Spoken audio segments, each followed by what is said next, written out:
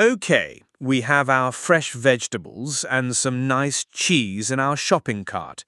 What's the next thing on our list for our dinner party tonight?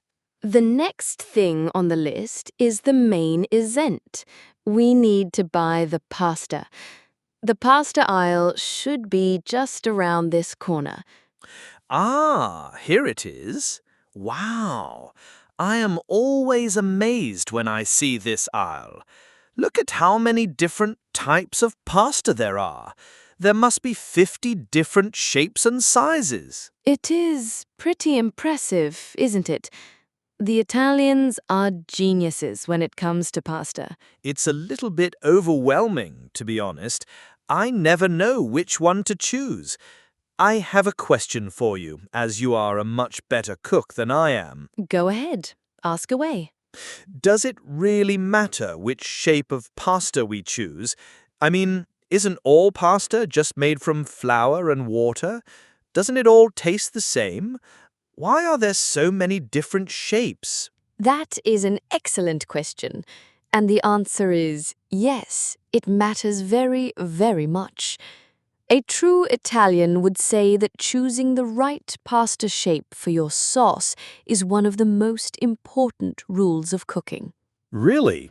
I had no idea it was so serious. I usually just buy whichever shape is on special offer. That's what many people do, but the different shapes are not just for decoration.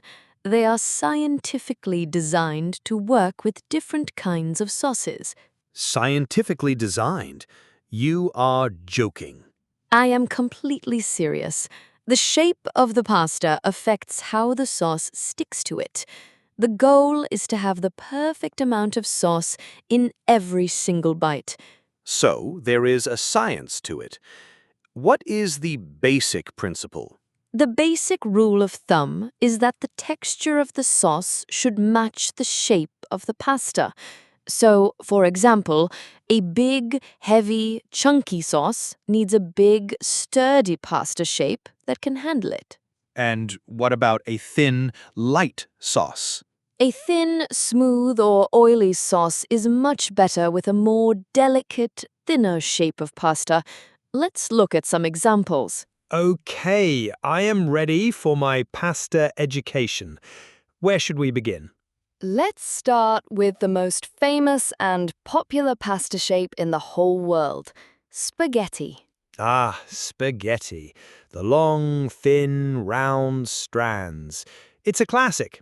So, according to your scientific theory, what kind of sauce is spaghetti good for? Spaghetti is perfect for thin, light sauces. For example, a simple, smooth tomato sauce, a classic pomodoro, is perfect. Or an oil-based sauce like an aglio e olio, which is just garlic and oil. So, the thin strands of spaghetti get coated evenly with the light sauce. Exactly. It's also very good with light cream sauces or with seafood, frutti di mare. The sauce lightly coats the pasta, but it doesn't overpower it. So, what kind of sauce is bad for spaghetti? You should generally avoid serving spaghetti with a very thick and chunky sauce, like a bolognese, with lots of minced meat and vegetables. The heavy ingredients just slide off the thin spaghetti strands and fall to the bottom of the plate. So, that is the rule for spaghetti. Now, let's move along the aisle and look at some other long pasta shapes. Okay, here we have some that are also long, but they are flat, not round. This one is called tagliatelle, and this one is fettuccine. They look very similar. They are very similar. Tagliatelle is from the north of Italy, and fettuccine is more common in Rome. They are both long, flat, ribbon-like pastas. Can you guess what kind of sauce these are good for? They are wider and have a bigger surface area than spaghetti. So I am guessing they are good for a slightly heavier or thicker sauce? You are a very good student. That is absolutely correct. The wide, flat surface of tagliatelle or fettuccine is perfect for rich and creamy sauces. For example, a creamy mushroom sauce or the famous fettuccine Alfredo? Exactly. The creamy sauce clings beautifully to the entire surface of the pasta ribbon. This is also the shape that is traditionally served with the famous Italian meat sauce, the ragu alla bolognese. The wide pasta is strong enough to handle the chunky sauce. This is fascinating. I feel like I am learning the secret language of pasta. We have covered the long shapes. Now, what about all these short pasta shapes? The world of short pasta is even bigger and more varied. Let's start with this one. What do you think of this shape? This one is fusilli. I like this one. It's the one that is shaped like a corkscrew or a spiral. It's a very fun shape. It is a fun shape, but it is also a very clever shape. Why do you think it has all those twists and grooves? I am guessing that it is to catch the sauce. Precisely. The spiral shape of fusilli is brilliant for catching and holding on to sauces that have small, fine ingredients. Can you give me an example? The perfect sauce for fusilli is a classic pesto from Genoa.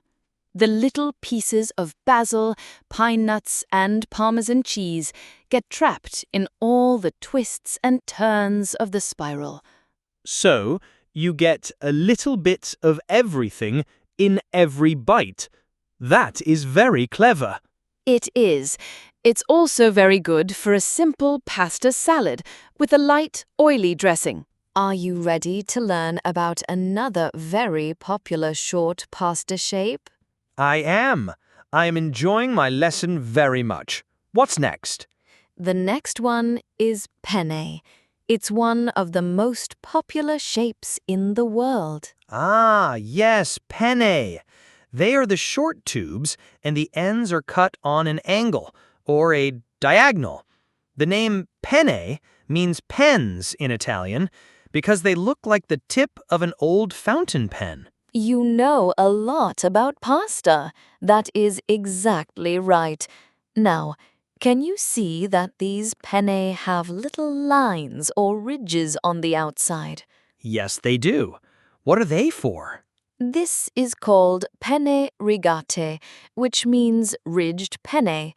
The ridges and the hollow tube in the middle make penne one of the best pasta shapes for capturing sauce. So it is good for almost any kind of sauce? It is particularly good for hearty sauces, like a spicy arrabbiata sauce or a chunky vegetable sauce. The sauce gets trapped inside the tube and on the ridges. It is also the perfect shape to use for baked pasta dishes, a pasta al forno, because it holds the cheese and the sauce so well. I am learning so much. I will never look at a bag of pasta in the same way again. Now, what about this shape over here? They look like little seashells. That shape is called conchiglie, which is the Italian word for seashells. You can get them in many different sizes. These ones are quite large. They look like a perfect little cup or a scoop. And that is exactly what makes them so special. Their concave, shell-like shape makes them one of the best shapes of all for scooping up the sauce. So they are good for a very chunky sauce with lots of ingredients. Yes, they are perfect for that. Think of a sauce with lots of small items like minced meat or peas or finely chopped vegetables. Each little shell gets filled with a perfect spoonful of the sauce and the ingredients. That sounds so delicious and satisfying. You get a little explosion of flavor when you bite into the shell. Exactly. The very large ones, which are called conchiglioni, are often stuffed with a cheese or meat filling and then baked in the oven. All this talk about pasta is making me very hungry. We have looked at all the dried pasta. What about this section over here, the fresh pasta in the refrigerated section? Ah, the fresh pasta. This is a different category again. How is it different? Well, most of the pasta shapes we have been looking at are just plain pasta. The sauce provides all the flavor, but these fresh pastas are often already filled with delicious ingredients. You mean like ravioli and tortellini? Exactly. Ravioli are the little square-shaped pasta pillars, and tortellini are the little ring-shaped ones. They are like little pasta dumplings. And what are they usually filled with? They can be filled with all sorts of things. A classic filling is ricotta cheese and spinach. You can also find them filled with mushrooms, pumpkin, or different kinds of meat. So, because the pasta itself is already full of flavor, you don't need a very strong or complicated sauce to go with it. You are absolutely right. With filled pasta like ravioli or tortellini, the best sauce is often the simplest one. For example, just some melted butter with fresh sage leaves.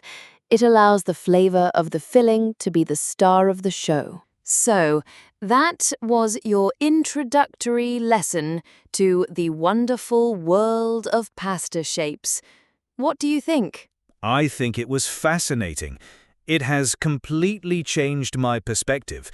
I feel like I have learned a very important secret of Italian cooking. Thank you, my pasta professor. You are very welcome. Now, after all of that learning, we have to make a very important decision. What kind of pasta and sauce are we going to make for our dinner party tonight? That is the big question. Well, you know that I bought some beautiful minced beef and pork this morning, so I was really hoping that we could make a very rich and slow-cooked meat sauce, a classic ragu alla bolognese. A homemade bolognese sauce sounds absolutely perfect for a Saturday night dinner with friends. It's a real crowd pleaser. It is. So, now that I am a pasta expert, I know that we should not serve our beautiful bolognese sauce with spaghetti. That is the most important lesson you have learned today. So, if not spaghetti, which pasta shape should we choose for our rich and chunky sauce? So, we need to choose the perfect pasta shape to go with our rich and chunky bolognese sauce. Let's look at the options in front of us. Okay, pasta expert, what are your recommendations? Based on your excellent lesson, I think we need a pasta shape that is strong and has a large surface area to hold the sauce well. I agree completely. So, what are the best candidates? I think a long, flat pasta, like the tagliatelle we looked at earlier, would be an excellent and very traditional choice. The wide ribbons would be perfect for the meat sauce. Tagliatelle is a fantastic option. It is the classic partner for bolognese sauce. Are there any other good options? A large, tubular pasta could also work very well. For example, rigatoni. The tubes and the ridges would capture the sauce beautifully. Another excellent choice. So, we have two perfect options, tagliatelle or rigatoni. Which one should we choose? I think I am in the mood for the long, ribbon-like pasta tonight. Let's go with the fresh tagliatelle from the refrigerated section. The perfect choice. I am so proud of you. You have graduated from the University of Pasta.